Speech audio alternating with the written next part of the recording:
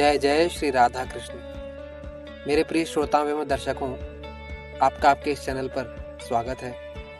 आज मैं पुनः आपके समक्ष प्रस्तुत हूँ एक भक्तिपूर्ण बोध कथा के साथ।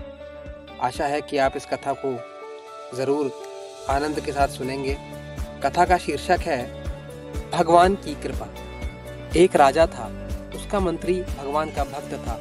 कोई भी बात होती तो वह यही कहता कि भगवान की बड़ी कृपा हो गई। एक दिन राजा के बेटे की मृत्यु हो गई।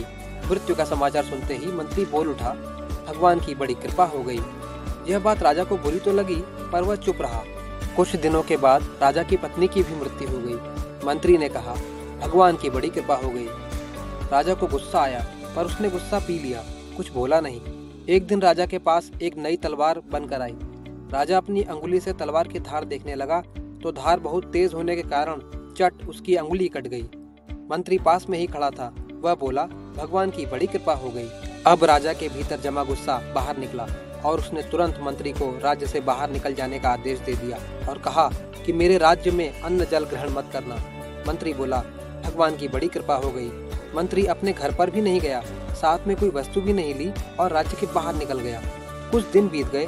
एक बार राजा अपने साथियों के साथ शिकार खेलने के लिए जंगल गया।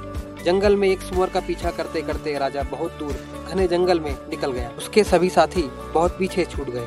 वहाँ जंगल में डाकुओं का एक दल रहता था।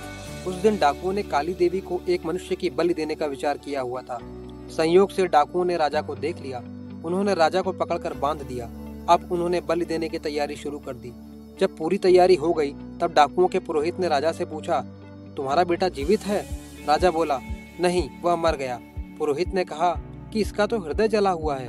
पुरोहित ने फिर पूछा, तुम्हारी पत्नी जीवित है? राजा बोला, वह भी मर चुकी है।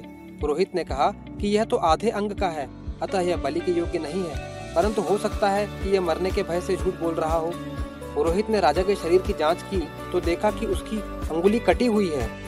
पुरोहित बोला, अरे यह तो अंग भंग है, बलि के योग्य नहीं है, छोड़ दो इसको। डाकुओं ने राजा को छोड़ दिया। राजा अपने घर लौट आया। लौटते ही उसने अपने आदमियों को आज्ञा दी कि हमारा मंत्री जहाँ भी हो उसको तुरंत ढूंढकर हमारे पास लाओ। जब तक मंत्री वापस नहीं आएगा तब तक मैं अन्न ग्रहण नहीं करूँगा। राजा के आदमियों ने मंत्री को ढूंढ लिया और उससे तुरंत राजा के पास वापस चलने की प्रार्थना की। मंत्री ने कहा, भगवान की बड़ी कृपा हो गई।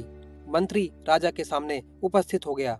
राजा ने बड़े आदर पूर्वक मंत्री को बैठाया और अपनी भूल पर पश्चाताप करते हुए जंगल वाली घटना सुनाकर कहा कि पहले मैं तुम्हारी बात को समझा नहीं, अब समझ में आया कि भगवान की मेरे ऊपर कितनी कृपा थी। भगवान की कृपा से अगर मेरी अंगुली न कटती तो उस दिन मेरा गला कट जाता, परंतु जब मैंने तुम्हें राज्य से निकाल दिया तब तुमने कहा कि भगवान की बड़ी कृपा हो गई। तो वह कृपा क्या थी, यह अभी मेरी समझ में नहीं आया। मंत्री बोला, महाराज, जब आप शिकार करने जाते तब मैं भी आपके साथ जंगल में जाता। आपके साथ मैं भी जंगल में बहुत दूर निकल जाता, क्योंकि मेरा घोड़ा आपके घोड़े से कम तेज नहीं है। डाकू लोग आपके साथ मेरे को भी पकड़ लेते। आप तो अंगुली कटी होने के कारण बच गए, पर मेरा तो उस दिन गला कट ही जाता। इसलिए भगवान की कृपा से मैं आपके साथ नहीं था, राज्य से बाहर था, अतः मरने से बच गया। अब मैं पुनः अपनी जगह वापस आ गया हूँ, यह भी भगवान की कृपा ही तो है। तो यह थी हमारी आज की कथा। कथा सुनने हेतु धन्यवाद। आशा करता हूँ कि आपको यह कथा रोचक अवश्य लगी होगी। कमेंट सेक्शन में ज़रूर बताएं और इस चैनल को सब्सक्राइब व शेयर अवश्य करें ताकि इसी तरह की और भी बोध कथाएं आपको निरंतर प्राप्त होती रहें। धन्यवाद एवं जय जय श्री राम।